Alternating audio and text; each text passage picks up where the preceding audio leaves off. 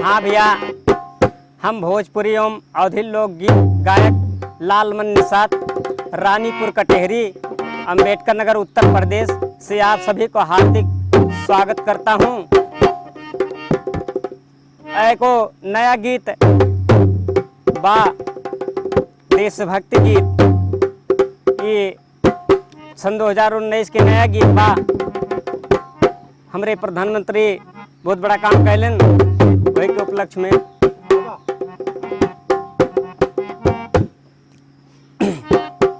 धारा 370 हट गईल मोरे भाई, धारा 370 हट गईल मोरे भाई, जम्मू कश्मीर में हम झंडा लहराई।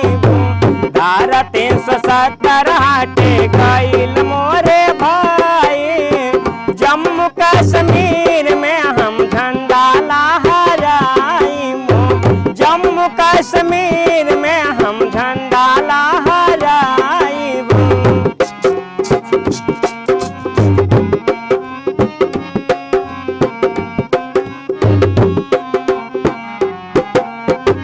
लेकिन कैसे भैया?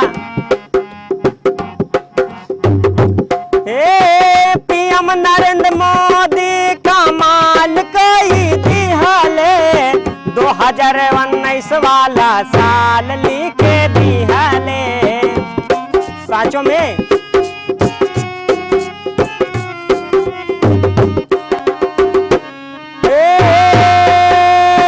पीएम नरेंद्र मोदी कमाल कोई दिहाले, 2019 वाला साल लिखे दिहाले। सभी भाई बहनी चल के, सभी भाई बहनी चल के पक्का उठवाए, सभी भाई बहनी चल के पक्का बनावाए। वो जम्मू कश्मीर में हम झंडा लहराए, जम्मू कश्मीर में हम झंडा लहराए, जम्मू कश्मीर में हम झंडा लहराए।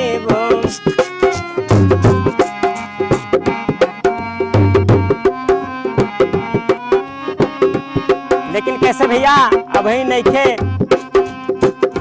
सुना है सुना मोरे देश के सिपाही, अब ही तया गावा काठे ना लड़ाई। बुझला?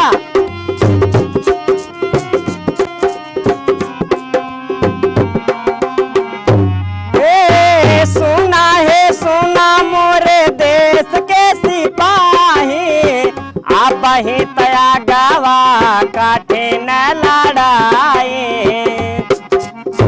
लसे कर सजाए रखिया, लसे कर सजाए रखिया फौज मोरे भाई, लसे कर सजाए रखिया फौज मोरे भाई। जम्मू कश्मीर में हम झंडा लहराए, वो जम्मू कश्मीर में हम झंडा लहराए, वो जम्मू कश्मीर में हम झंडा लहराए। वो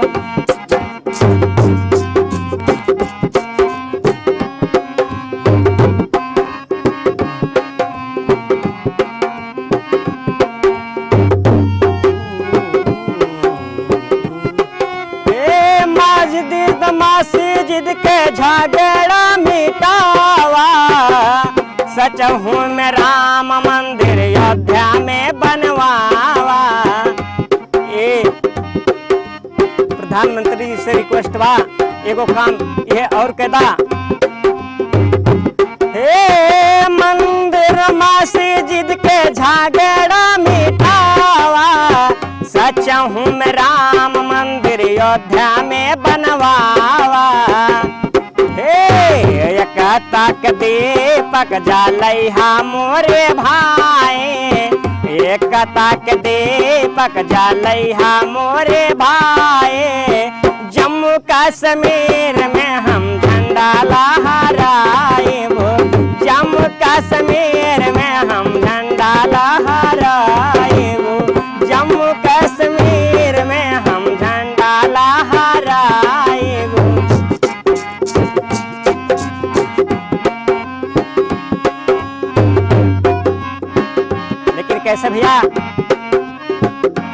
बंतिया में। हे सोने के चिड़ैया उड़ै ना मोरे भाई, सोने के चिड़ैया उड़ै ना मोरे भाई, सीमावा पे खड़ा रहिया सीना हवा फुलाई। वार मेरे देश के सिपाहियों,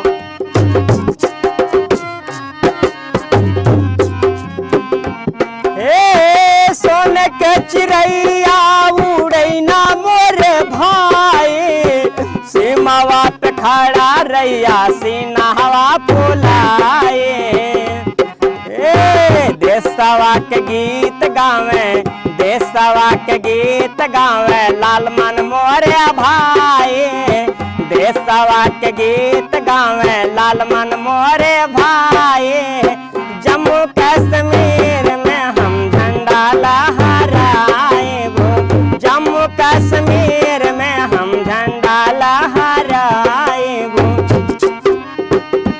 हे धारा 370 हटे गइल मोरे भाई, धारा 370 हटे गइल मोरे भाई। जम्मू कश्मीर में हम झंडा लहराएबो, जम्मू कश्मीर में हम झंडा लहराएबो, जम्मू कश्मीर में हम झंडा लहराएबो, जम्मू कश्मीर में हम झंडा लहराएबो, झंडा लहराएबो, झंडा लहराए। जय हिंद जय भारत।